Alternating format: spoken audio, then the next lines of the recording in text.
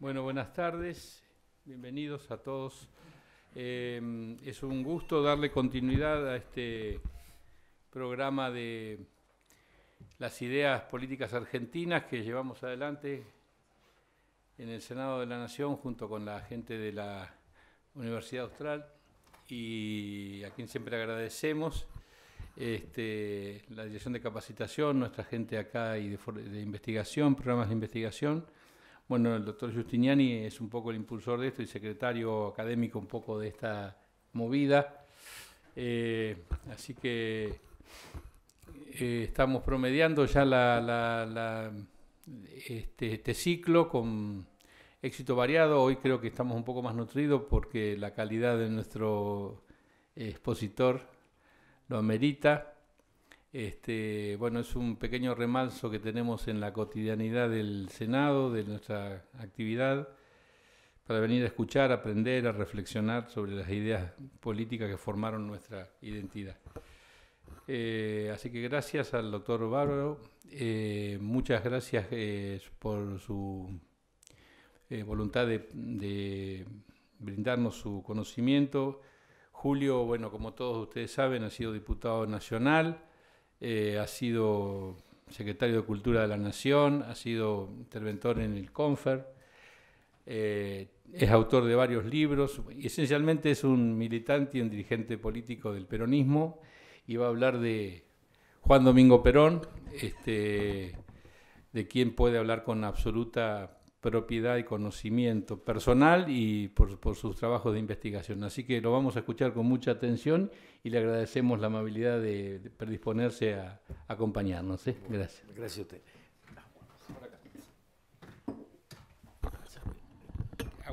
Sí.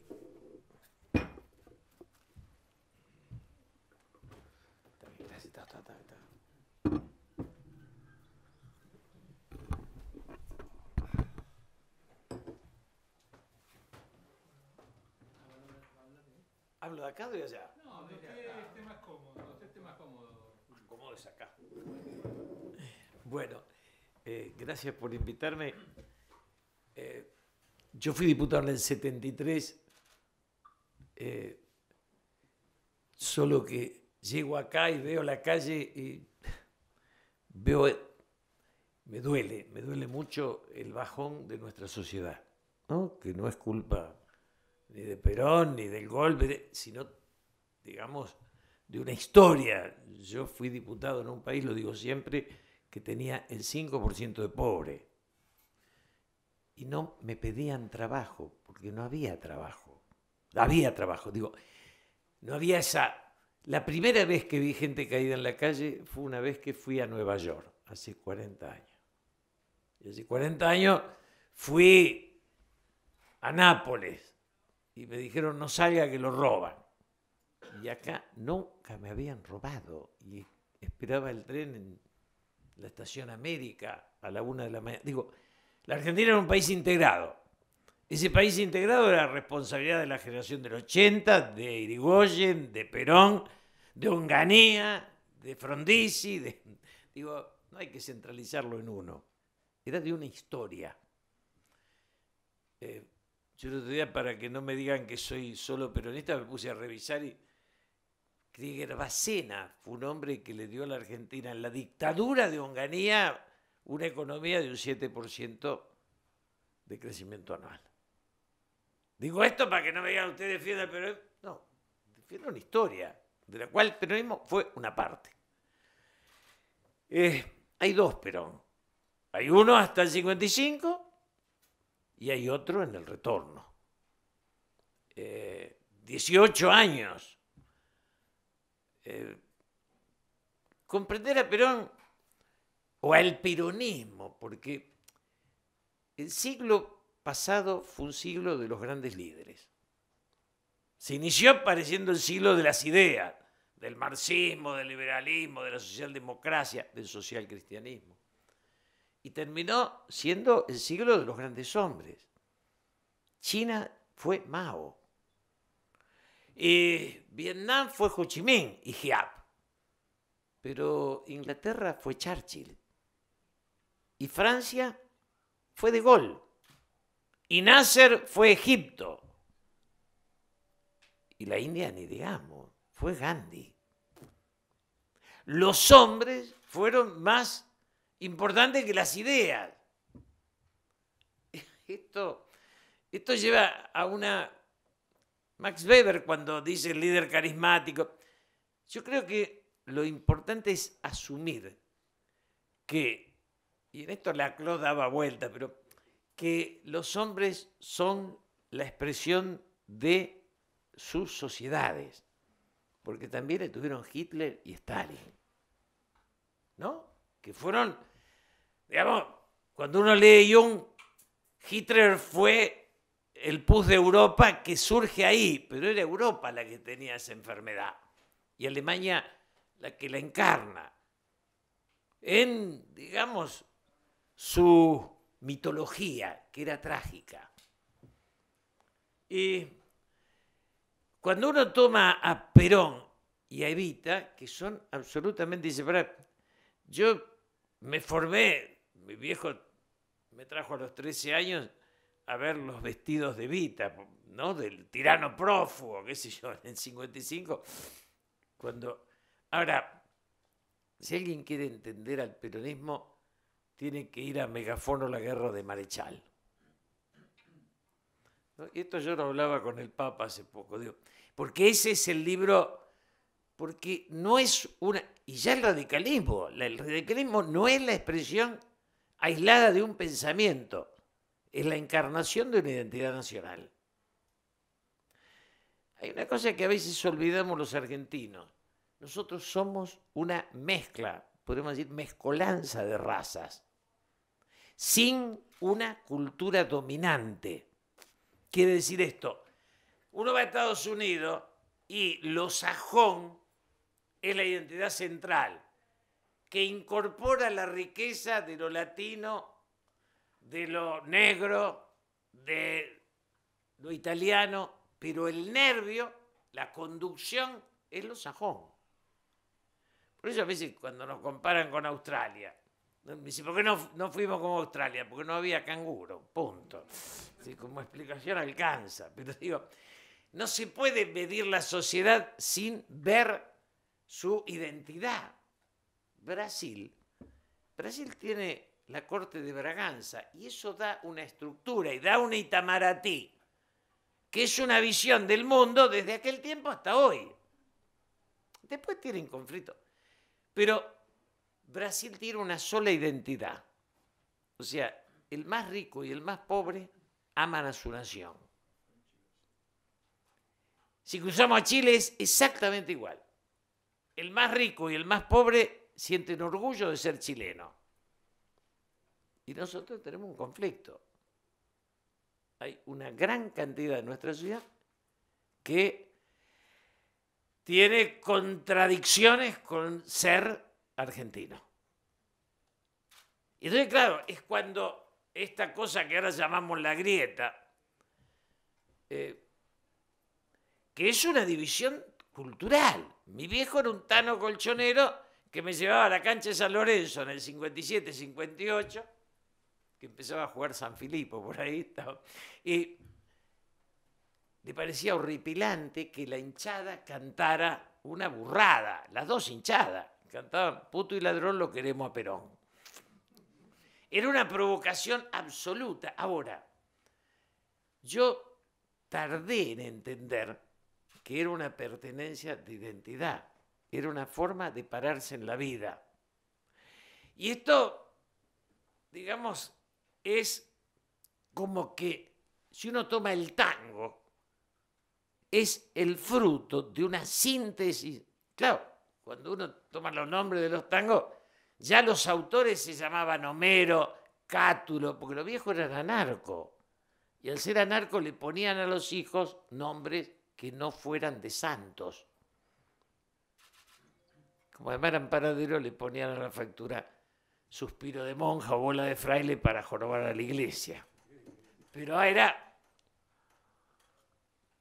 En esa estructura, Perón es un militar que estudia política. Digamos, la formación del viejo El viejo escribe toponimia araucana en el 29, apuntes sobre el frente oriental de la guerra del 14 en el 30. Quiero decir, era un milico que escribía en una sociedad. Yo me acuerdo cuando el cardenal Bergoglio quería hablar con Kirchner, me llamaba a mí y me decía, ¿puedo hablar? Y entonces la segunda vez que Kirchner me dijo no, se lo dije, me dice, su jefe lee a Liederhart. Digo, mire, yo leí a Liederhart, mi jefe no lee ni el Villique. Porque además ese hecho de la pérdida del nivel, si uno toma a Perón, a Frondizi, a Palacios, a esos tipos era la admiración a la riqueza de eso que era el humanismo. Perón leía las vidas paralelas de Plutarco y escribía cartas a mano, miles, que enviaba y que nadie se preocupó de coleccionar. Pero que hubiera sido interesante pedir las fotocopias para...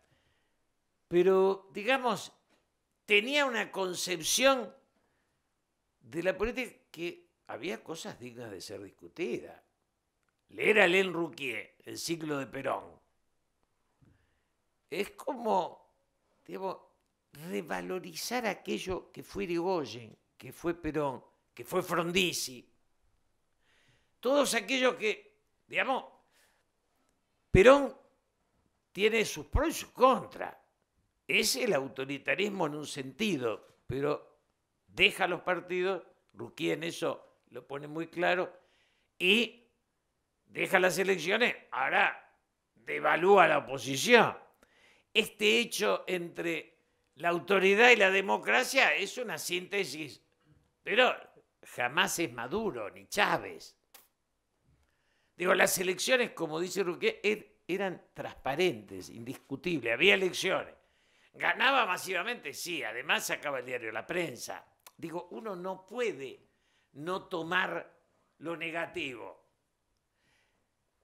También tiene que entender que Perón es la expresión de los marginales.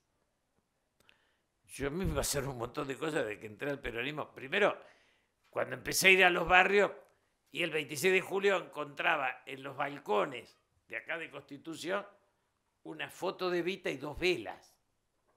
Y eso, si empecé a tomar conciencia que la relación con el peronismo no era racional, era pasional. Y, digamos, yo siempre repito, un morocho que una vez le digo, ¿por qué sos peronista? El tipo me dijo, después de Perón y Evita nunca más tuve que bajar la vista frente al patrón y al policía. Es decir, que esto es lo que nunca entendió el marxismo, que era el problema de la dignidad. Si los marxistas creían como todo es económico, y no es todo económico. Un viejo amigo murió hace unos años, que era comando civil, que no decir, era gorila esencial, de esos gorilas que peleaban, ponían bombas contra Perón. Un día que estábamos tomando juntos y tomados los dos, me dijo, siempre creímos que había que darle dinero a los pobres e ideales a los ricos. Perón se dio cuenta que era al revés. Le dio ideales a los pobres y nos afanó el siglo. Es una explicación buena, ¿no? Porque además tiene mucho de razón. El mayor idealismo está en... Ahora, todo parte de una idea, que es que el mayor nivel de conciencia está en la clase trabajadora. Ahora, ese nivel de conciencia se expresa en una forma que podríamos decir, en una cultura. Es una forma de pararse en el mundo. Siempre salían con lo más horrible que nos había pasado era libros, alpargatas sin libros, no, era la peor grosería. Y yo un día dije, pero los que andaban en alpargatas se hicieron peronistas en el 45 y la Facultad de Filosofía y Letras en el 72. Quiere decir que con los libros llegas tarde. Ahora, desde el punto de vista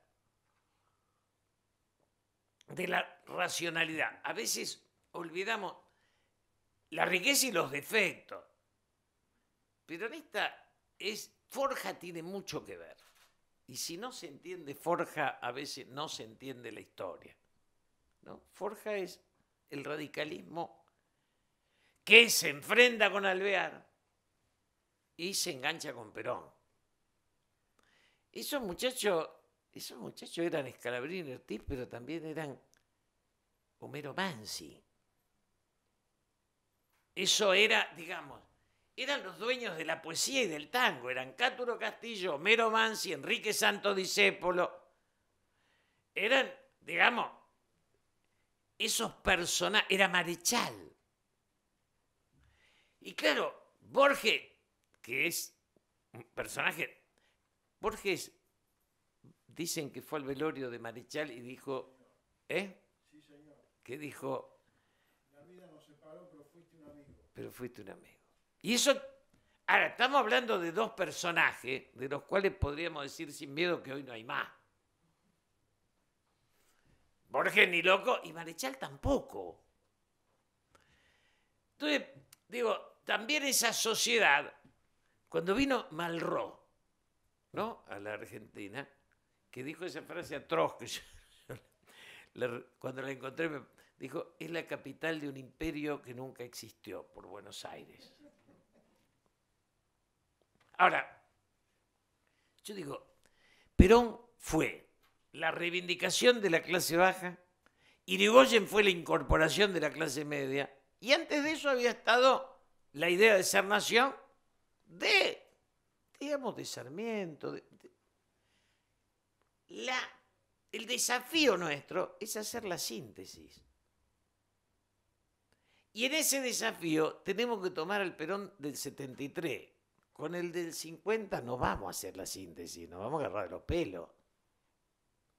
Porque ese Perón es la reivindicación. Claro, digo, cuando una clase social ingresa en la historia, lo hace con bronca.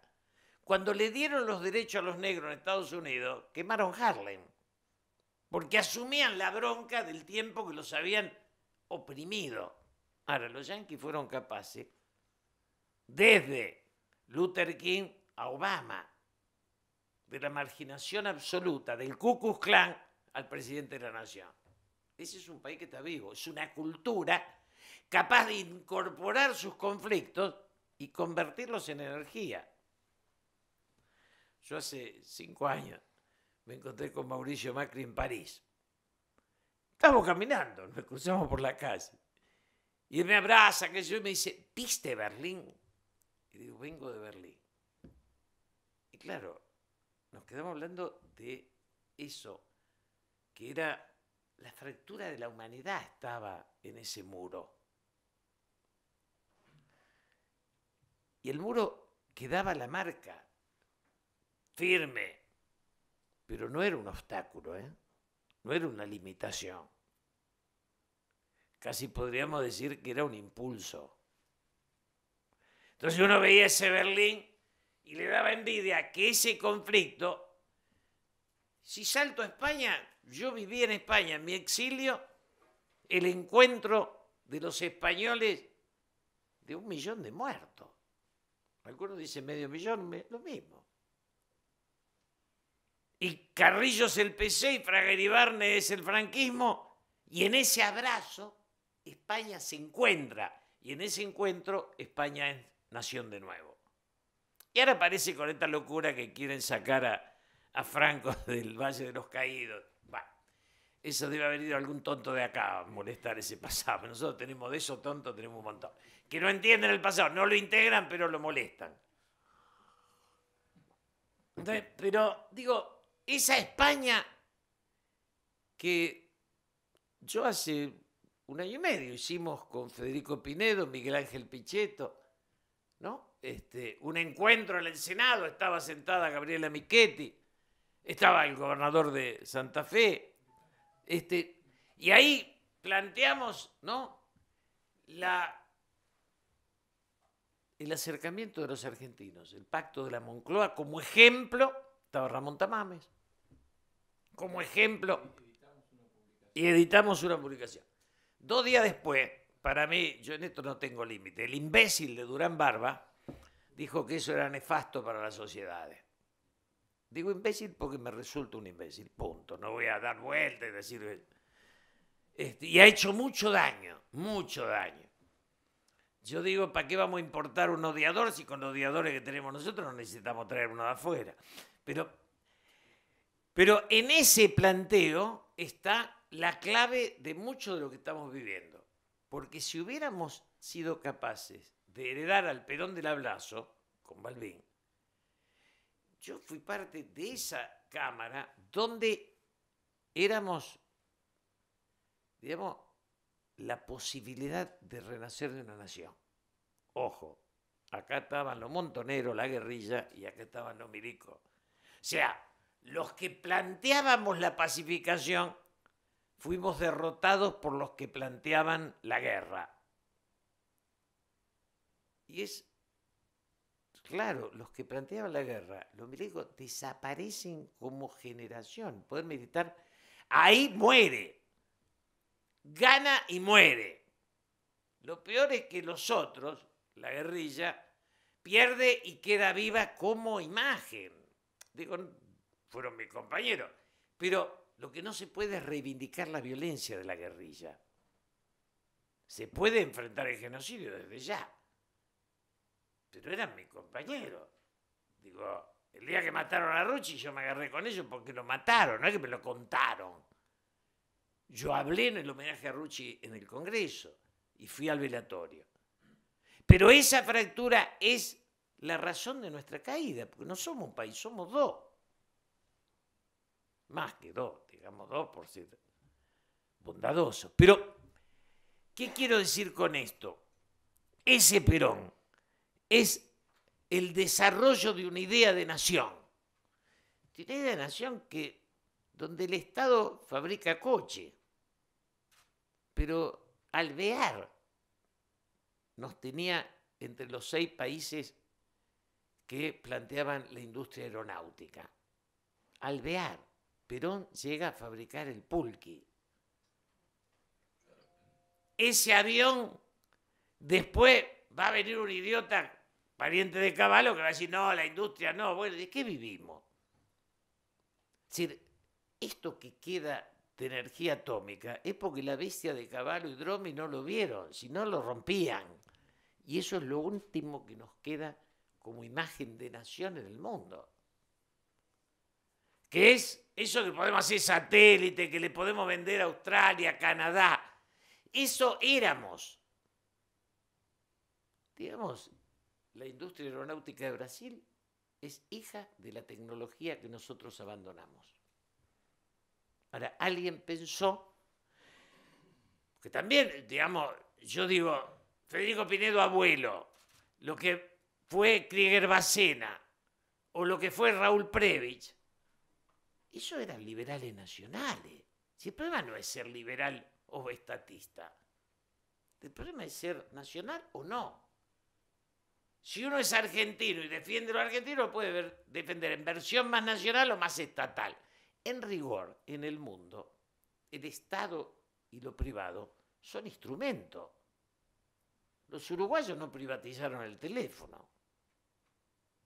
Y nosotros cada tanto encuentro algún extraviado que me dice, pero antes de la privatización yo no tenía. No, si los gallegos inventaron el celular, le digo.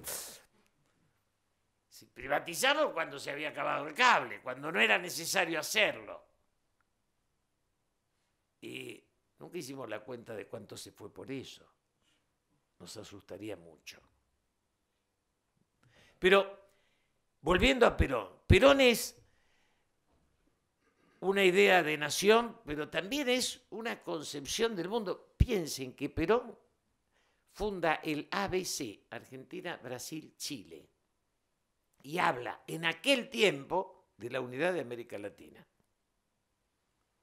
Cuando toda la dictadura formulaba la teoría de conflicto militar con Brasil y con Chile. O sea, la concepción de Perón era continentalista y lo decía. Entonces, digo, yo no soy ni peronista en el sentido ortodoxo, no soy ortodoxo de nada, ni se me ocurre. Digo, hay que tomar de cada pensamiento los aportes y sacar lo negativo. El autoritarismo del peronismo hasta el 55 es enorme. Ahora, no olvidemos que los tipos que lo derrocan al 55, después van a derrocar a Frondizi, después a Ilia, y después se van a convertir en Onganía. O sea, porque tampoco el peronismo se puede analizar solo en la sociedad.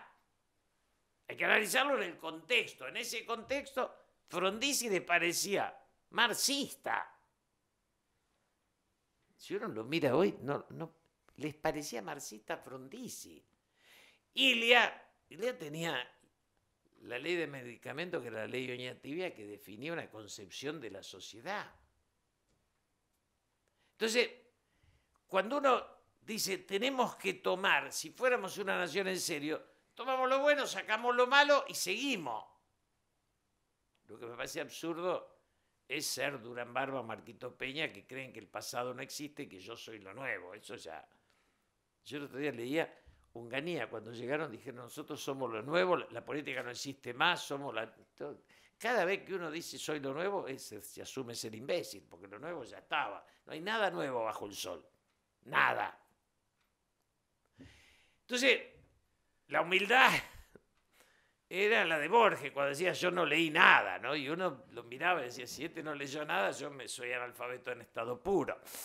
Y digo, pero también esa humildad era una sofisticación de la soberbia. Decir, bueno, pero me parece que el peronismo, Perón, tuvo una concepción de industria, del trabajo, de la integración. Piensen que Perón nacionaliza los ferrocarriles y les deja el nombre Sarmiento, Roca. No tenía la estupidez de Osvaldo Bayer, ¿eh? No se le pasaba por ahí. Entonces, creo que en este desarrollo hay que tomar a Perón como expresión de una sociedad que encuentra en Perón y en Evita la expresión. Además, Evita tenía todo lo que tenían los pobres. No tenía apellido, no tenía familia, no tenía, digamos, ¿no? Era, las señoras elegantes veían eso como, y Evita pelea contra, digamos, esta idea de la caridad. Impone la justicia contra la caridad. En el fondo son debates dignos de ser llevados adelante. A mí me parece que ese Perón, que escribe libros que está en la Constitución del 49, buena, mala, es densa, no es así nomás, es una cosa para mirar. Si ustedes toman en cuenta, porque en todo nos pasa más o menos lo mismo, si el tango no lo reivindicaban en París, nosotros creíamos que no servía. Digo, si ustedes toman en cuenta que hoy, al margen de este invento de la palabra populismo, que yo creo que nadie que la usa sabe de qué diablo habla, de populista, ¿qué es populismo? Populismo es el lado del malo, cuando yo soy bueno, yo no sé quién es. Es Trump, es Macron. Me parece que con virtudes y defectos, eso habría que, el peronismo como historia habría que analizarlo, verlo. Tuvo errores graves en el trato con la oposición. Nunca dejó de aceptar el sistema electoral. Tenía esto que era el poder de la democracia como voto mayoritario absoluto. Tenía, a ver, Ran Rein, vicerrector de la Universidad de Tel Aviv, escribió un libro sobre Perón y los judíos que es excepcional. Y ese libro es Mangel, Perón lo manda a Mangel como embajador argentino a Israel. Apenas nació Israel, fuimos de los primeros países que reconocimos a Israel. Mangel es el abuelo de Romina. Con lo cual el pobre padre de Romina se llama Juan Domingo. Pero digo, esas historias, porque si no después te decían que Perón había sido antisemita. Nunca. Lo que pasa es que la comunidad judía estaba partida. Unos estaban de un lado y otros de otro. Pero eso era una situación más compleja. Yo digo, en esa situación, en esa relación, el peronismo es una estructura que hoy, cuando uno ve el mundo, y en esto se discute siempre, se refleja en otras sociedades. O sea, no fue un hecho aislado de la Argentina. La presencia de una candidatura fuerte, con un respaldo electoral, un exceso de autoritarismo, pero nunca eliminar la democracia, digamos, es algo que se va dando en otros países. Yo creo que no, digamos, que fue excelente. Decimos que en el peronismo el 50% del Producto Nacional era sueldo, salario, iba a la clase trabajadora. En eso, digamos, esa sociedad, que no es solo de Perón, a mí me importa esto mucho, porque si no la aislamos a Perón, no, esa sociedad venía de antes. Yo lo que me enoja es, charlé mucho con Macri, no creo que ahora quiera hablar conmigo, pero cuando dicen 70 años, porque cuando dicen 70 años, ¿qué dicen? Y en el fondo, si le preguntamos en serio, dicen la década infame. O sea, me asumo en el autoritarismo de los golpes.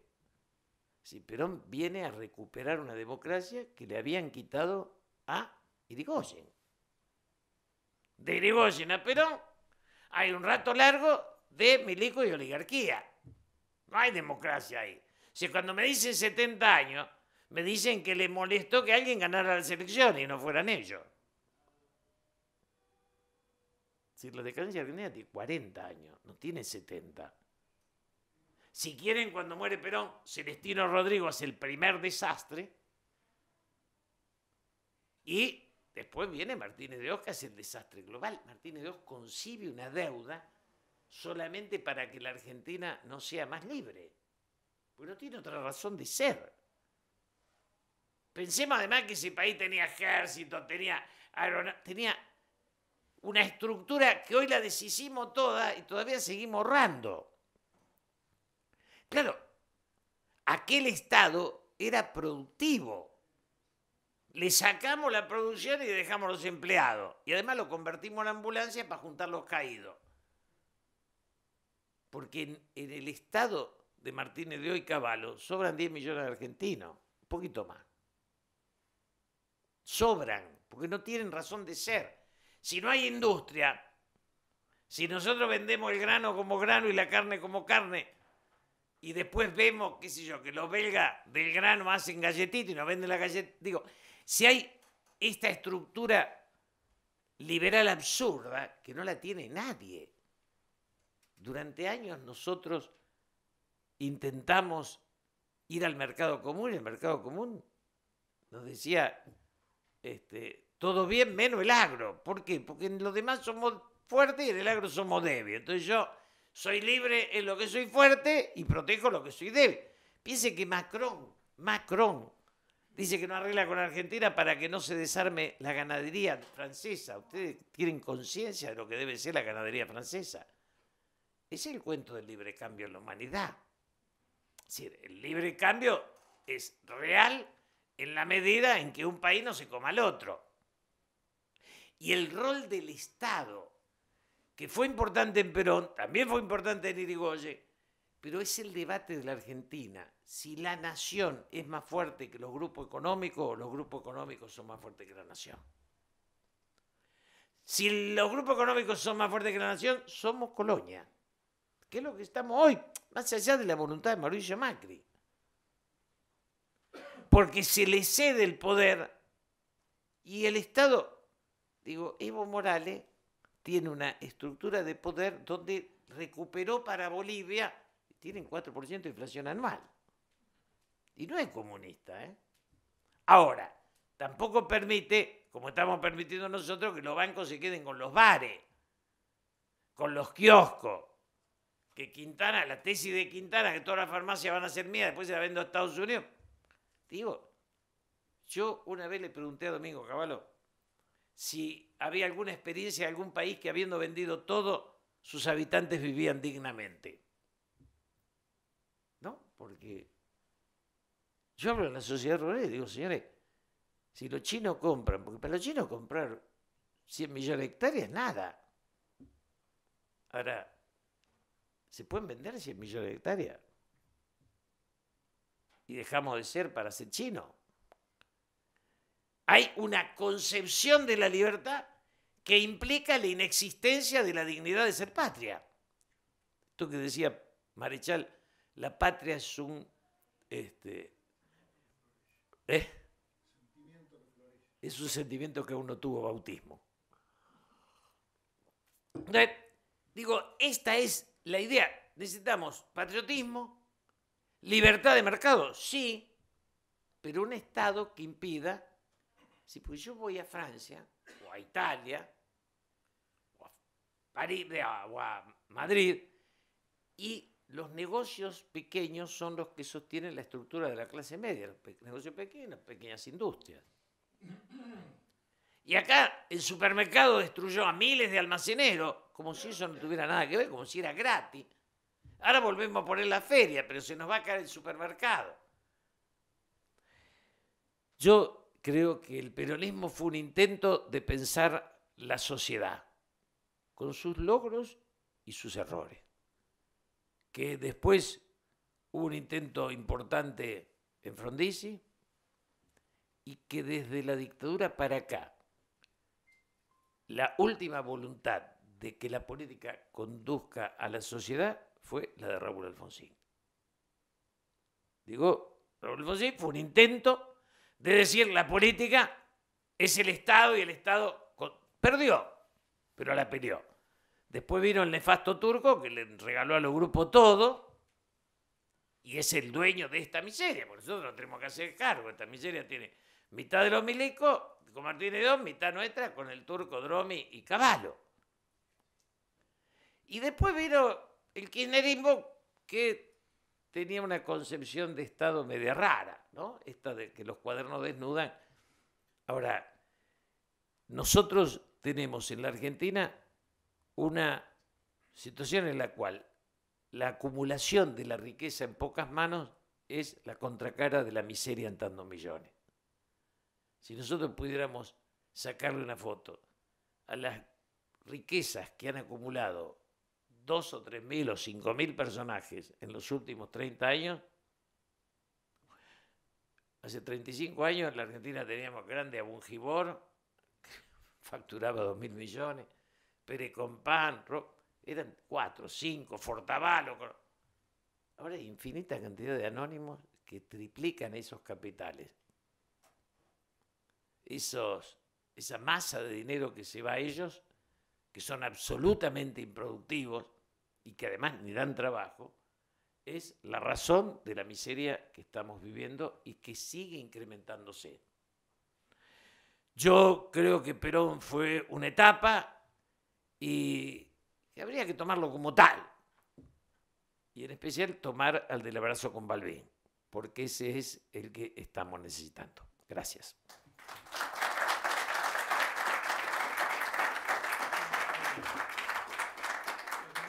Sí, sí, pregunten lo que quieran, para eso.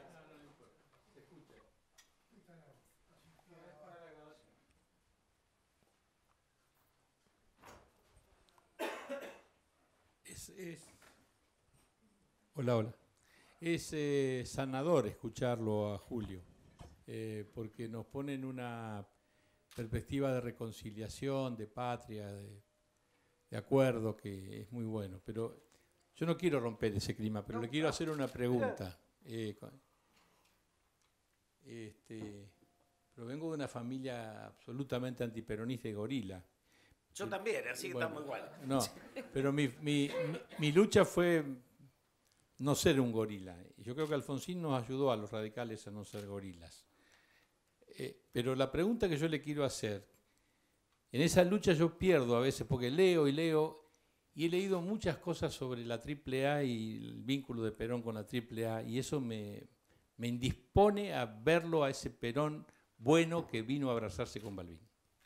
Es una excelente pregunta. Yo lo leo, fui amigo de Fernández Díaz, pero ya me tiene podrido. El invento, la AAA, es un tema que si uno lo analiza, yo era diputado nacional. Y de golpe, yo traje a los presos de Trelew. De golpe, la guerrilla, siendo gobierno, porque hay una cosa que no se puede decir, porque hay que dar vuelta y girar en el aire por la madre de las abuelas, siendo gobierno sale a matar. Y yo tengo un libro que es sobre los 70, donde el proceso de confrontación entre Perón le da a la guerrilla la gobernación de Buenos Aires, Videgain, de Mendoza, Martínez Vaca, de Córdoba, Obregón Cano, de Santa Cruz, ¿cómo era? Wow. Digo, sí, con todo ese cacho de poder enorme, los muchachos a los 90 días, 120, de ser gobierno, siendo diputados, senadores, gobernadores, el señor imbécil de Firmení, porque esto hay que verlo también, nosotros no tenemos un Pepe Mujica, tenemos a Firmení, Bacán Narvaja y Perdía, que son inmostrables. Entonces, en ese proceso, los tipos deciden salir a matar siendo gobierno. Toda la articulación compleja está en que si eran gobierno, era delito de lesa humanidad, entonces podían ir presos ahora, entonces no eran gobierno, pero eran.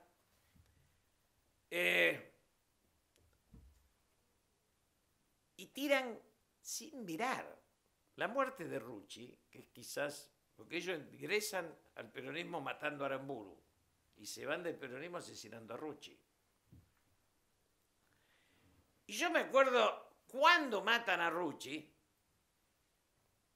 a mí me llama Perón, nos llama a tres y nos dice, díganme que no fue la guerrilla peronista. Yo me junto con unos muchachos que eran diputados conmigo y le digo, che, tienen que ir al velorio. Y me contesta, no podemos ir al velorio por obvias razones.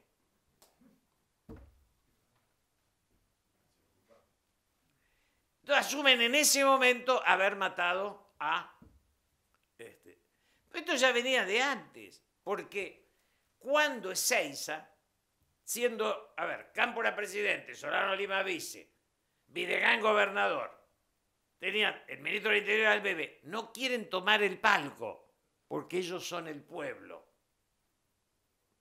Y hacen pelota todo. O sea, si sos poder, el palco es tuyo.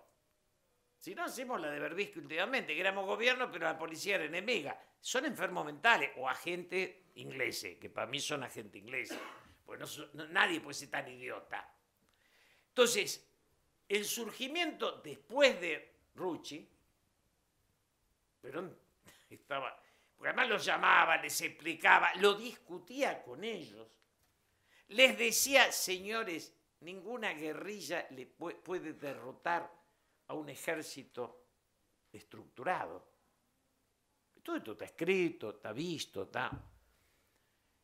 Y los tipos, después de la muerte de Rucci, salen, además yo iba a los velatorios, y, digamos, el único país del mundo donde de un lado tiraban y del otro no se podía era este. Es un invento de Firmení. Si te tiran, tirás. Los tipos se volteaban a los sindicalistas como si fueran muñecos y de los sindicatos salían y lo mataban a ellos. Que además lo que agarraban eran los pobres izquierdistas que estaban libres. Te mataban a tu amigo y matabas al zurdo de la vuelta a tu casa. Porque la idea, cuando Firmení quiere pasar a la clandestinidad, deja a toda la estructura adoradora de los Montos desnuda. Porque ellos, los guerreros pasaban a la clandestinidad, los otros quedaban. De la Teresa, digamos, hay muy poco y nada. Lo que hay es un odio que va creciendo. Entonces se te van sumando sindicalistas a patada, se te van sumando sectores del gobierno, porque los otros tiran en serio y te matan. Y si mataban de acá, tiraban de acá. O sea, convirtieron la guerra en un hecho interior del gobierno. A mí me citaron 40 veces, yo no voy a delatar a nadie porque no es lo mío ni me interesa. Solo puedo decir que en la lista de las 3A hay muchos asesinados por la guerrilla. Punto. Muchos. Muchos. Solo puedo decir que sería muy discutible quién mató a Carlos Mujica. Y ellos no pudieron ir a su velatorio. La historia que deformamos después, la que deformamos después.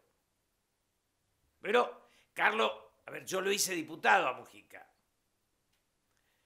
Puse en la lista. El consultor de la iglesia no lo dejaron, pero te quiero decir, éramos un mundo conocido.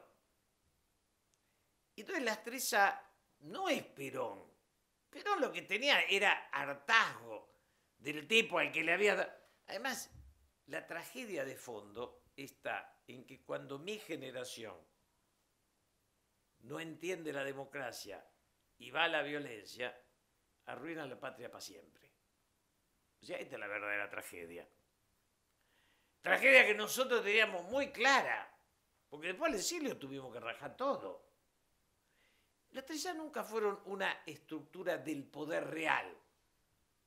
Siempre, yo estaba diputado acá, nos mataban uno, salían 4 y querían matar a otro. Digo, en serio, no se inventó en la humanidad una guerra donde uno tira y los otros aplaudan.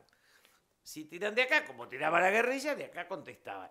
En esa masa de respuestas que era simétrica a la masa de asesinato de ellos, porque era la contracara. Mataban 10, los otros mataban 15. En esa estructura, algún pedazo del Estado se suma. Pero también ellos eran del Estado y se iban yendo de a poco. Ahora, las 3A no fueron una fotografía. Las 3A fueron un proceso. Y, digamos, el odio, el día que mataron a Rucci nace la guerra. Porque matan a un tipo que era... Además lo matan convencido de que lo iban a apretar a Perón. Convencido de que ellos eran malos. Y a ver, yo he discutido, ponían la bomba y venían y cenaban conmigo y yo decía, pero te van a digo, vos no le podés poner la bomba a matar al hijo y que no te maten. Era todo un delirio. Y en ese delirio inventamos ahora con la madre y las abuelas unos hijos que no tiraban tiros, no ponían bombas, no mataban a nadie. ¿Les parece maravilloso? Quedaba el mal de la 3A y la santificación de la guerrilla. Es un bolazo histórico. No resiste el más estúpido de los análisis. Entonces, era para las madres y las abuelas, y lo malo era la 3A. Ahora, estos tipos, antes del golpe, ellos laburaban para el golpe. A ver, yo me sentaba con ellos y me decía, hay que agudizar la contradicción. El golpe va a ser el espacio donde nosotros y el pueblo derrotemos. Tenían una mamúa enorme. Y nunca fuimos capaces de revisar esto. ¿Por qué? Y porque tenemos una concepción frívola. A ver, no duraron 2 días. Los milicos no fue una guerra, fue una cacería. Y yo me tuve que ir del país por la desesperación que teníamos, porque estábamos en la libreta de todo, y te llamaba a las 2 de la mañana para que lo ayudes. Yo digo, fue una historia de una demencia armada por una estructura a la que Perón le dio todo, porque los viejos ya no servían, y la que no entendieron nada. Después, el viejo se había hinchado. Cuando yo fui a hablar con él, que fue el día de su último cumpleaños, estaba desesperado por buscar una generación de juventud que siguiera. No siguió nadie. A ver, pensemos que, yo qué sé, Gelbar, Gelbar era un tipo que me decía, si yo no fuera ministro, lo convencía a Firmaní. Y yo decía, don José, Firmaní nació imbécil, no tiene... Nosotros, el dolor nuestro es que hasta los guerrilleros nos salen bobos, no tenemos lucidez, nada. Entonces yo le digo, las 3A no fueron ni remotamente lo que estos muchachos piensan. Ahora, el Perón de los 18 años de exilio y de la vuelta con el abrazo y de la construcción del diálogo con Balbín, convertirlo en la 3A solo lo puede hacer Fernández Díaz, porque escribió 2 libros y son malos los 2. Entonces, si no dice pavada, no es famoso. Pero el otro día lo escucho cuando iba a Intratable yo, que hablaba con Sebrelli. Decía, el pensador que más me conmueve es Sebrelli. Yo lo quiero a Sebrelli. Ahora es jueves, me voy a tomar un café con él. Ahora, Sebrelli escribió un libro contra el fútbol. ¿Tienen idea de esto ustedes? Un libro contra el fútbol. Ya más de 2 le parecen multitud. Hay un grado de individualismo que no entiende nada de la vida, hermano. No el peronismo. No entendés ni el matrimonio porque vivís solo. Entonces ya, la idea del mundo que tenés es esa. Es de un individualismo egoísta. Escribió un libro contra las religiones, me lo regaló. Dice, te cito 2 veces. Digo, no lo pienso leer porque me citás. Pero Dios en su es un bolazo importante. Es un libro de una pobreza que es para un secundario. Para lo que leímos Ayun, para lo que leímos Religión en Serio. Uno lo mira y dice, estamos mamados. ¿Cómo va a ser Dios en su mente para contar la historia de Guardierro, de cualquier cosa? La religión es... A ver, la religiosidad es inherente al humano. Después uno puede ser ateo o creyente. Pero la religión es tan vigente y presente como la humanidad. Después, digamos, yo lo escuchaba el otro día a Macron hablarle a los católicos de Francia y yo decía, bueno, esto es tan avanzado. Después nosotros siempre tenemos un ataque de ateísmo, un ataque... Algo tenemos que inventar para un nuevo odio. Esto lo inventó Durán Barba. Yo le dije a su santidad, voy a verlo a Mauricio. Entonces, cuando hacía 3 meses que había subido a Mauricio. Me dijo, dígale que Durán Barba y Marcos Peña quieren tirar el aborto para molestarme a mí, que le va a hacer más daño a ellos que a mí. Yo fui, lo vi a Marco. Marco me negó, me dijo mi tío cura, el Rafi Brown, cualquier bolazo. Buah. Como si los viejos fuéramos tontos y los jóvenes... Buah. Y después se lo dije a Mauricio. Mauricio me dijo, no, lo tiraron. Perdieron, pero perdieron en el sentido de que la progresía los odia aunque le regalen el aborto. Y los conservadores los odian porque le tiraron el aborto. O sea, flaco, ya luego, conseguimos un error más importante que te paga unos pesos. Sí, otra pregunta. Sí. Sí, yo le quería hacer una pregunta apelando a su conocimiento, a su experiencia. En realidad son 2 preguntas bien cortitas, pero tal vez sean de contenido, ¿no? La primera es, durante muchos años, después de los militares para acá, me he cansado de escuchar, como seguramente muchos de nosotros, que todos los males se los atribuyen al peronismo. Y se ha hablado que desde los militares, desde la caída de Alfonsín para acá, todos los gobiernos fueron peronistas. Se habló de Menem como peronista, se habló de Néstor Kirchner como peronista, Cristina. A todo el mundo se le atribuye el mote de peronista. También se dice que el peronismo tracciona votos, que por ahí son los mismos políticos los que se cargan ese mote para llevarse más votos del pueblo. Le quería pedir una reflexión en torno a eso. Y otra muy cortita y muy de contexto actual.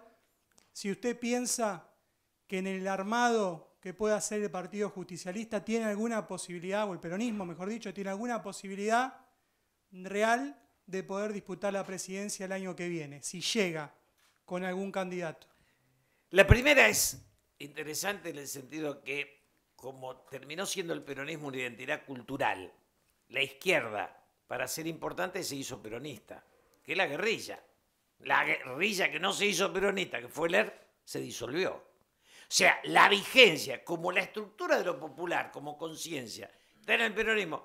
La izquierda se hizo peronista para ser importante y después lo se hizo la derecha con Cavallo, Menem y los muchachos.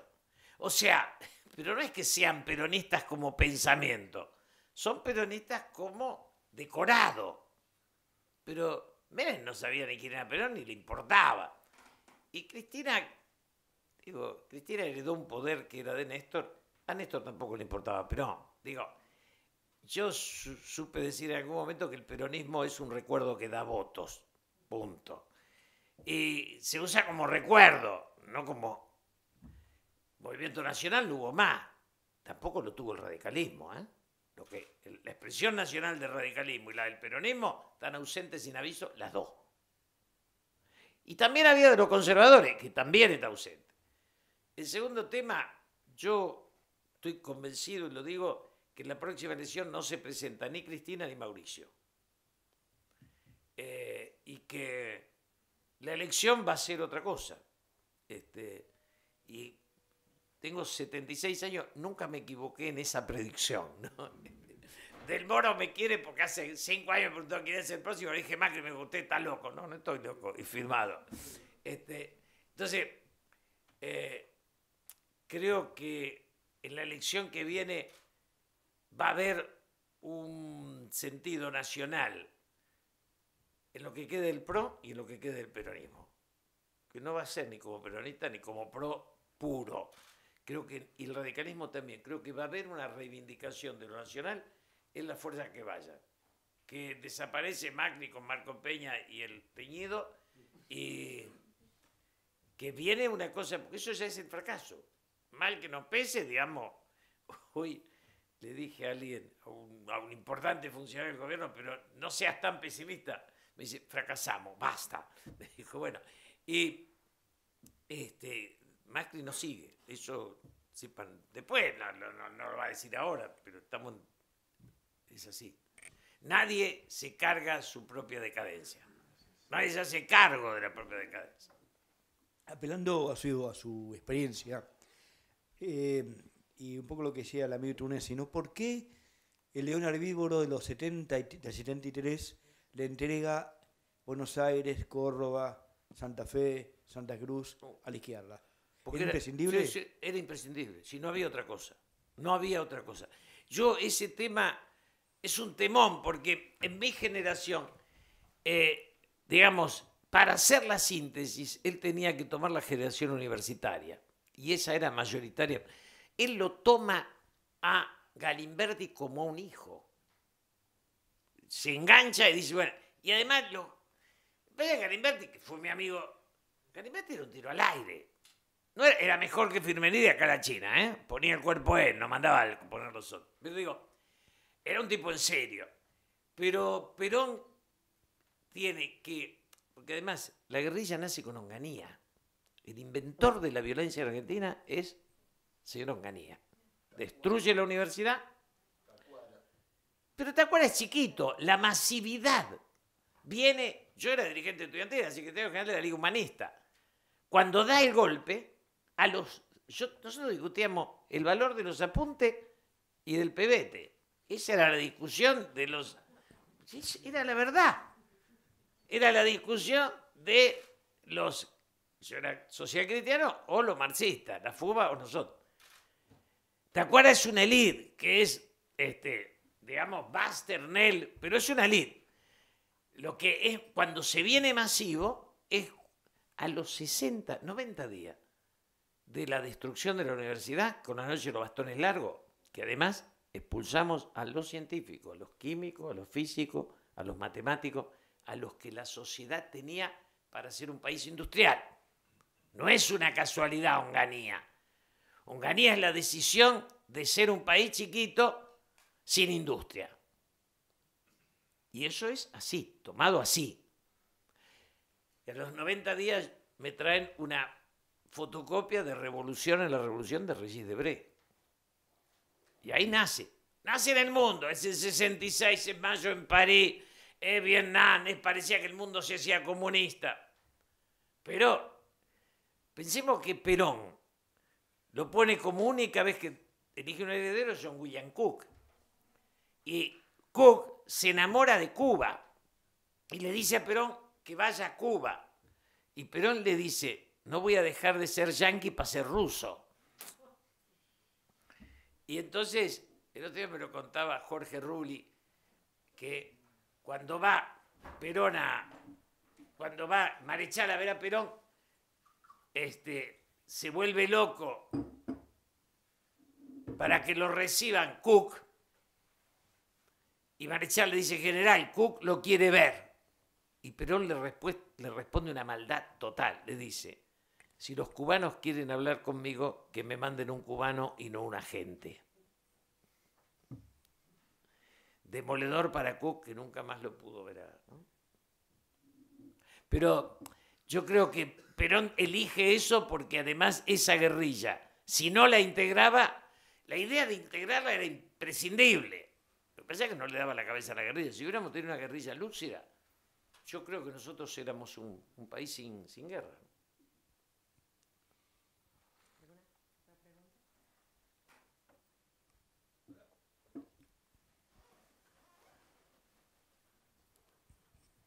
Hola, muchas gracias. Le quería consultar en torno a esta semblanza que usted hace e identifica a dos peronismos o a dos Perón.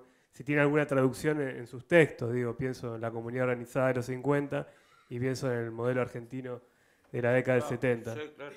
Eso, básicamente.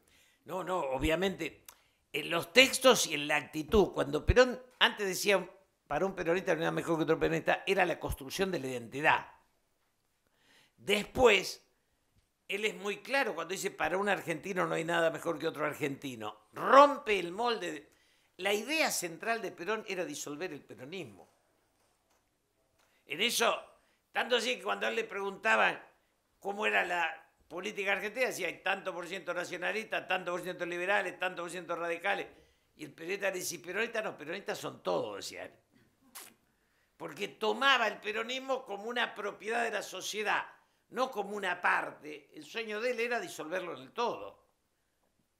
Y eso es lo que intenta, convertirlo en propiedad colectiva. Chao, se acabó, discutamos otra cosa. Ahora, qué sé yo, nuestra sociedad está en la decadencia, que nosotros no tenemos ni digamos, nosotros podíamos alquilar dirigente uruguayo o chileno, ya casi peruano también. Digo, ¿no? Es calamitosa la decadencia. Uno ve en Uruguay y le da una envidia, ¿no? Los tipos tienen. La derecha tiene a Sanguinetti, que es un profesor de estética. Los profesores, la derecha nuestra no mira un cuadro, ¿no? Y la izquierda es Tabaré, digo, tienen una clase dirigente. Yo insisto en esto, clase dirigente es aquel grupo que sueña construir un destino colectivo mucho más allá de su ambición personal. En Kirchner y en Macri, la codicia personal amontonada no dio nación y no va a dar. Es decir, la política es aquel lugar donde la codicia personal se suprime. Y hasta ahora no tenemos mucho.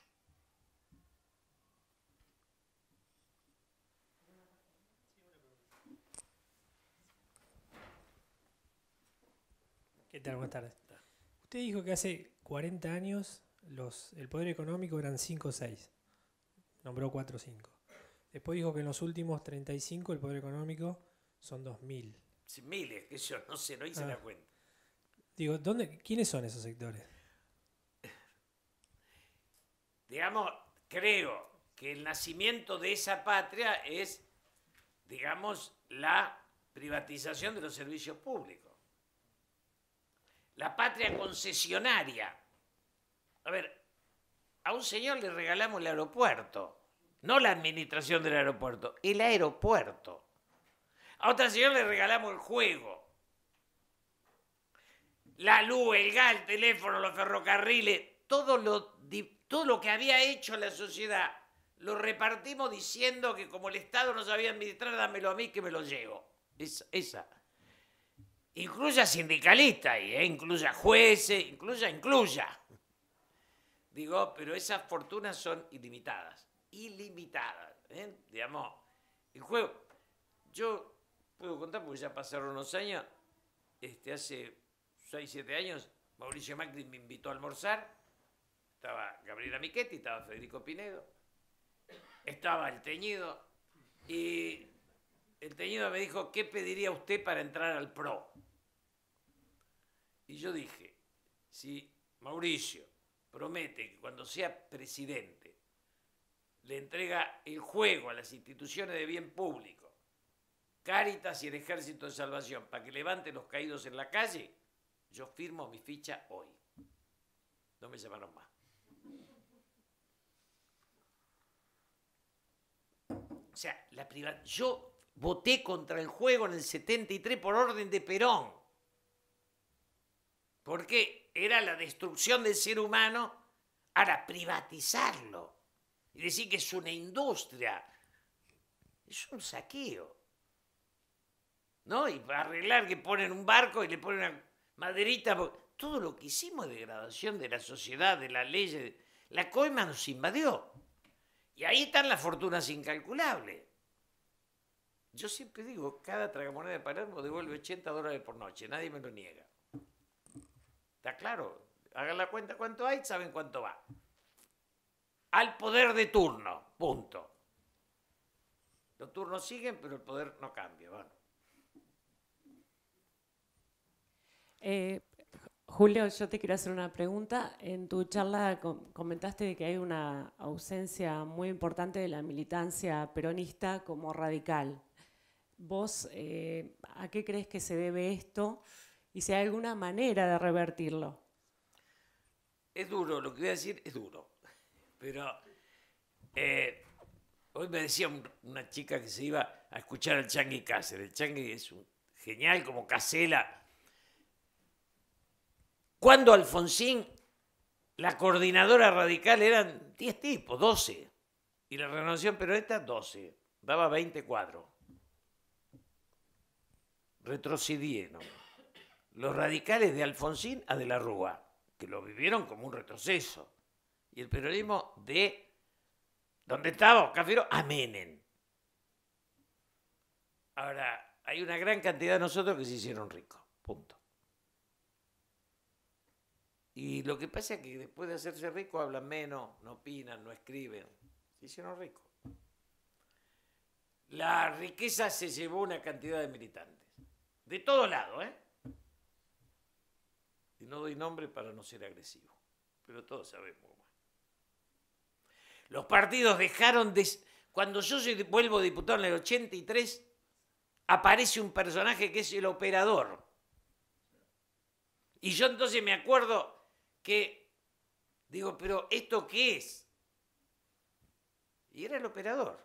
Era el intermediario entre los negocios y la política.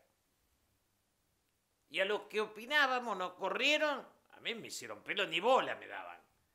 Porque el poder se había constituido como comercio. Entonces, los que pensábamos era como leer poema de Becker en un prostíbulo. Te miraban, traer los $100, te decía. Entonces, eso pasó. Si se ve que... Porque el problema es que tienen que asumir que después de hacer plata no piensan igual. Todos creen que hacen plata para hacer política. Y la plata se lo lleva sin la política.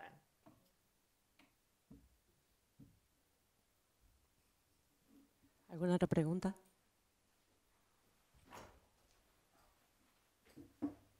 Gracias. Yo quería preguntar, ¿qué queda hoy del peronismo de Perón y dónde están las reservas de peronismo? Si es que, No hay. si es que hay. No hay. No hay porque se ha convertido en un funcionariado, entonces gobernador o un intendente de peronistas, radicales. Es decir, digamos, el Estado y sus secuencias se han convertido en un país en decadencia en la única forma de enriquecimiento. Entonces va a agarrar un gobernador y el tipo tiene una industria. De la gobernación tiene una industria.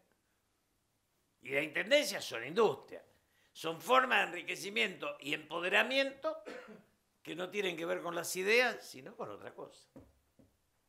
Entonces, no hay, pero no del peronismo, no hay del pensamiento político argentino, hay muy poco. Recién ahora empieza a haber una revitalización que se dan las... Pero si vos te pones a pensar hoy, ¿quiénes, digamos, las opiniones más importantes están en el periodismo? Vos tenés que leer a Pañi, tenés que leer... Porque la política, después tenés que leer a Fidanza, a Berestein, a Borestein, a Kovalova, qué sé yo, pero la política da muy poco pensamiento, ¿no? El domingo hay una despedida de Van der Kooi a Blanc, una página en Clarín, tomando el té, que es sublime, ¿no? Digo, si la política no concita el pensamiento y, digamos, la coherencia.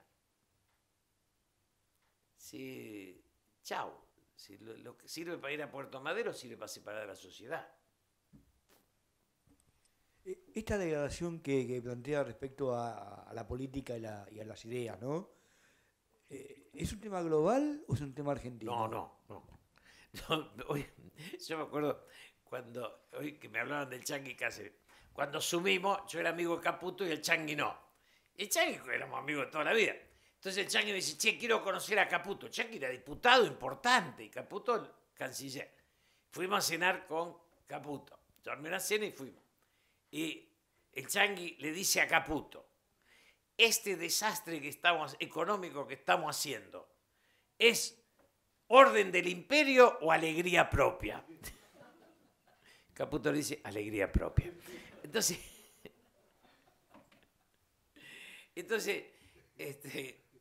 yo creo que ese es el tema de fondo. Los errores son los que nosotros mismos, si no, esta es culpa del imperialismo, no. Lo que pasa es que una de las cosas más importantes que está pasando hoy es que Bonadío demostró que no hay que tenerle miedo a los empresarios. Un empresario es un pusilánime codicioso que amontonó, pero que ante un ser superior se agacha, se arrodilla y grita. Y vimos los grandes ahí, eso es importante. O sea, esto demuestra que para sacarnos a alguno de encima no hay que hacer una revolución. Hay que hacer un Estado. ¿No? Llamarlo y decirle, Faco, ¿cuánto se lleva Telefónica por año? A ver, arreglemos. Que esto es lo que hizo Evo Morales. Llamó a los gallegos, le dijo, me están robando, los gallegos se agacharon, se arrodillaron y hizo un país. Ni siquiera los echó. Les limitó las ganancias. ¿No? Porque la Argentina hoy es tan inviable como país que los ricos se llevan más de lo que nosotros generamos como riqueza. O sea, producimos 100 y se llevan 120. Por eso hay que endeudarse. Punto. No porque los pobres ganen mucho, porque los ricos afanan demasiado, que es otra cosa que no se puede ver, pero que es la verdad. Sí. Sí, Julio, hablaba recién de la militancia peronista que no queda, y considerando que la columna del peronismo era el movimiento obrero, ¿qué puede hablarnos del sindicalismo en relación a esto? ¿Qué opinión tiene? ¿Querés que te hable bien o mal? Lo que piense usted. No, yo cuando éramos diputados en el 73, se hace una ley, la Celiota, que es la del SNIF, Sistema Nacional Integrado de Salud, que era la misma que podía haber votado el radicalismo. Pero en ese momento el movimiento obrero tenía 42 diputados. Yo alguna vez le dije a Mauricio Macri, almorzando con él y Hugo Moyano, hay que hacer una estructura de salud que haya una sola obra social para todos los sindicatos. No puede haber una por sindicato. Segundo, yo esto se lo dije a Mauricio, antes se lo dije a Kirchner, todos me miran con cara. Hay que hacer un acuerdo nacional por el cual todo cargo electivo solo tiene una sola reelección. Desde gobernador a la AFA, a las universidades que son desastre, ¿no? Las universidades estas que hicieron gritan y todo, pero no hubo un solo concurso,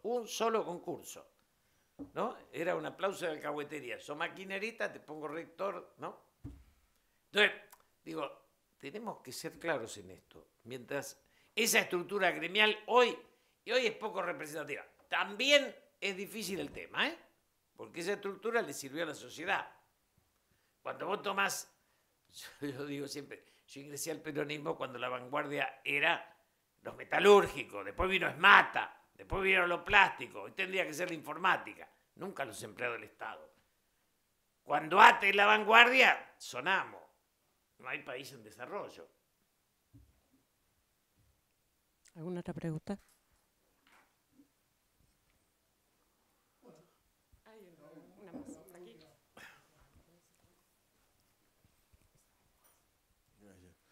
La pregunta mía tiene que ver por ahí con el Perón de los fines de los 50, no con el del abrazo con el doctor Balbín. Pero siempre me quedó a mí como la duda de interpelarlo, si uno le pudiera preguntar a Perón, y me ha pasado con... Yo se lo pregunto del peronismo, ¿no? Sobre todo los Estados Unidos caracterizaron a varios líderes latinoamericanos como autoritarios, violentos, que perseguían a la oposición. Muchos de ellos eran minoritarios, qué sé yo, Somoza, Velasco, qué sé yo. Pero el caso de Perón era paradigmático, porque Perón tenía mayorías indiscutibles. Entonces yo siempre dije, ¿cuál era la necesidad? ¿Dónde estaba anclada la necesidad de esa cosa de arrinconar un poco a la oposición, ¿no? Esa es mi pregunta, digo, porque Perón no necesitaba ser hegemónico, porque lo era. Es decir, ese hecho es una cosa que, digamos, es indefendible en Perón. Sí, sí. Él lo arma como la construcción de una identidad para aquellos que habían sido marginados, pero que al final... yo cuando lo veo a él por última vez, le digo, general, que además me dice, la Argentina va a tener posibilidad porque genera alimento y el mundo va a necesitar alimento. Y le digo, ¿qué parlamento quiere? Me dice, quiero un parlamento de lujo que contenga los grandes problemas de la sociedad. Dice, pongan adelante los 5 más lúcidos para que hablen. Atrás los mediocres para que vote. Mira sonriente, me dice, y al fondo los grandotes por si un día hay piña para que peguen. Pero, y ahí me agrega, yo me equivoqué mucho en mi tiempo por no darle a Frondizi y a Balbín el lugar que merecía. Y eso lo dijo claramente. ¿Sí? Eso fue así. Y eso es lo que el pro y el contra que hay que asumir. Gracias. Bueno, gracias por invitarme.